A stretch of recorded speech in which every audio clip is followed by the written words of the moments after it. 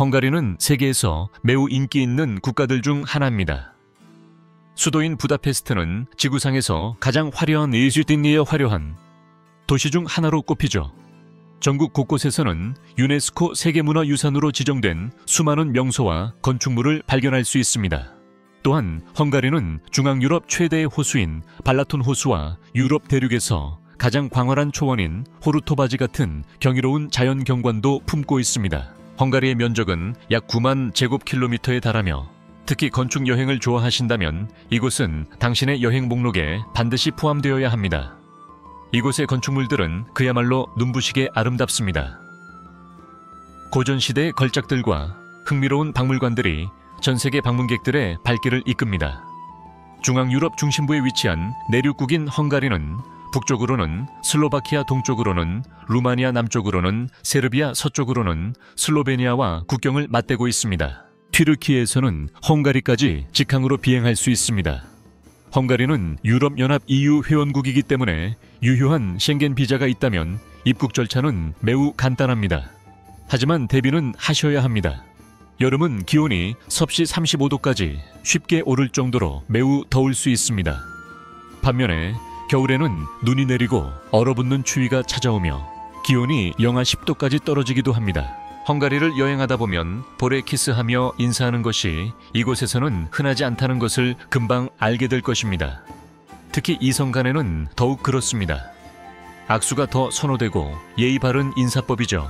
사람들은 보통 성과 이름을 함께 부르며 서로를 지칭합니다.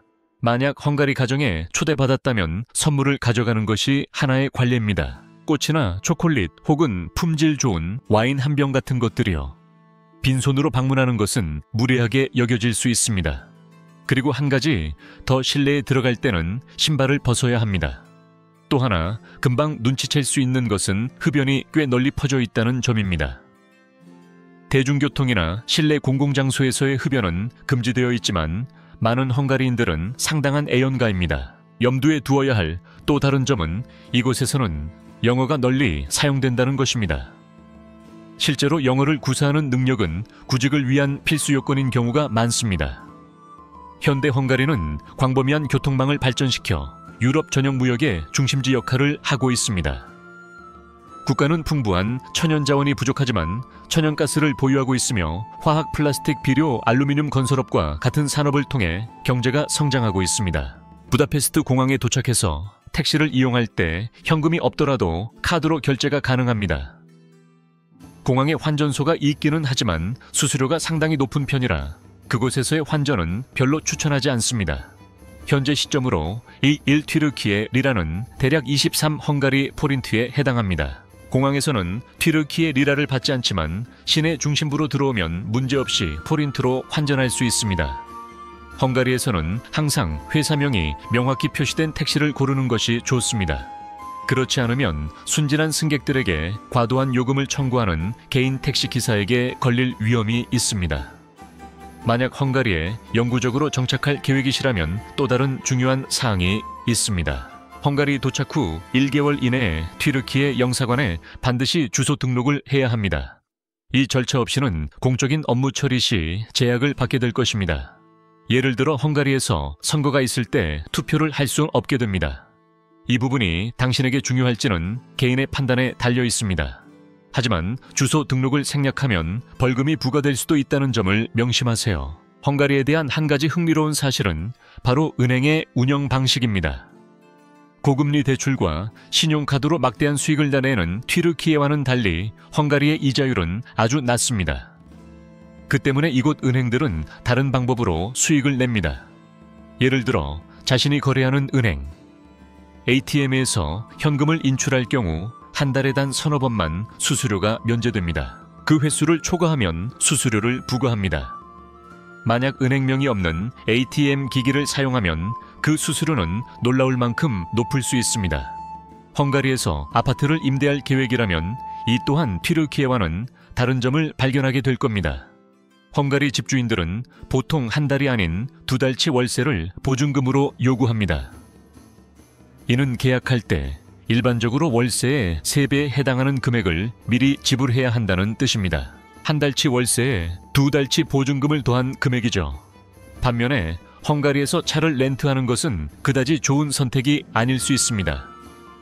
문제는 렌트 비용이 아니라 바로 주차입니다. 숙소에 무료 주차장이 제공되지 않는 한 주차 요금이 아주 비싸다는 것을 알게 될 것입니다. 실제로 헝가리는 유럽에서 가장 비싼 주차 요금과 교통 벌금을 부과하는 국가 중 하나이며 특히 관광 명소 근처에서는 더욱 그렇고 교통 법규도 엄격합니다. 맥주를 단 한 잔만 마셨더라도 운전이 허용되지 않습니다. 법적 혈중 알코올 농도 기준은 제로 0입니다. 만약 적발될 경우 운전 면허를 잃을 수도 있습니다. 헝가리를 유학할 곳으로 생각하는 분들에게는 분명한 장점들이 있습니다. 이곳에서 받은 학위는 유럽연합 전체에서 인정되므로 다른 EU 국가에서 일하기 위해 별도의 자격시험에 대해 걱정할 필요가 없습니다. 헝가리에서의 유학은 다른 여러 유럽 국가들과 비교해 비용이 더 저렴한 편입니다. 그리고 국가가 대입시험을 주관하는 튀르키예와는 다르게 헝가리에서는 각 대학이 예비 학생들을 위해 자체적인 입학시험을 실시합니다. 많은 새로운 사람들에게 또 다른 놀라움을 주는 것은 헝가리 내에 있는 튀르키예 식료품점의 숫자입니다. 가게들에서는 튀르키예어로 라벨이 붙은 다양한 튀르키예 제품을 팔고 있어 쇼핑이 익숙하고 편리합니다. 하지만 헝가리의 부가가치세 VAT는 27%로 유럽에서 가장 높은 수준 중 하나라는 점을 명심해야 합니다. 긍정적인 점은 자동차를 구매할 때 특별 소비세 같은 추가 세금을 내지 않는다는 것입니다. 그래서 이곳의 차량 가격은 튀르키예의 거의 절반 가격입니다. 헝가리의 의료 시스템 역시 튀르키예와 다소 비슷한 면이 있습니다. 모든 국민에게는 주치의가 배정되어 있으며 어떤 의료 문제가 발생하면 가장 먼저 주치의를 찾아가야 합니다. 만약 상태가 심각할 경우 주치의가 당신을 종합병원으로 연결해 줄 것입니다. 여러 다른 나라와 마찬가지로 공공의료보험은 사립병원 비용을 보장하지 않으므로 이 경우 본인이 직접 비용을 부담해야 합니다. 사회적인 면에서 헝가리인들은 대체로 따뜻하고 친절하며 사람들을 환대합니다. 유럽의 일부 지역에서는 튀르키예인들이 차별을 겪을 수도 있지만 헝가리에서는 그런 일이 거의 없습니다. 이곳 사람들은 튀르키예인들을 다르게 대할 이유가 없다고 봅니다.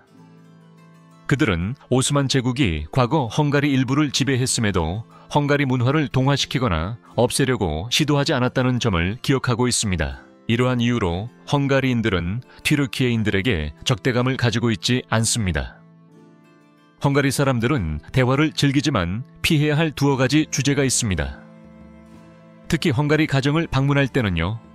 정치와 스포츠는 논쟁적인 주제로 간주되며 만약 당신의 의견이 상대방과 다르다면 더욱 그렇습니다. 이곳, 특히 부다페스트에서의 사회생활은 상당 부분 당신의 태도에 달려 있습니다. 어떤 사람들은 이 도시가 작은 마을 같은 분위기를 풍긴다고 말합니다. 이러한 감정은 문화적 언어적 차이뿐만 아니라 헝가리인들이 때때로 외국인과 친구가 되기를 주저하는 경향 때문에 어느 정도 사실입니다. 종종 공동체 내의 모든 사람들이 서로를 다 아는 것처럼 느껴지기도 합니다. 건배는 여러 나라의 일반적인 관습이지만 헝가리에서는 그에 따른 고유한 규칙들이 있습니다. 헝가리어로 건배는 에게시에게드레인데 술을 몇 잔 마시면 발음이 꽤 어렵습니다. 하지만 맥주잔을 부딪힐 때는 절대 이 말을 사용하면 안 됩니다.